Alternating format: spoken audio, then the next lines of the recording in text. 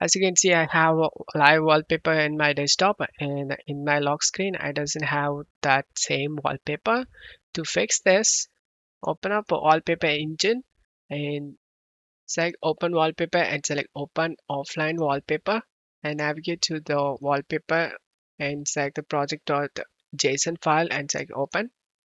And now we have successfully set a wallpaper to our desktop. It's live. And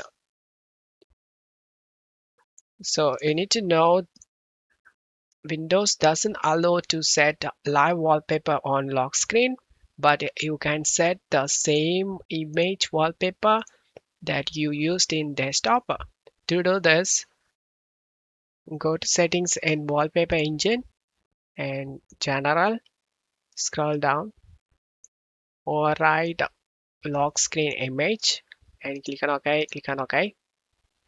And now you can go to lock screen. You can able to see the same image you used in live wallpaper. It's shown in the lock screen. Select sign in option. You have the live wallpaper. Don't forget to leave a like, guys. Thank you.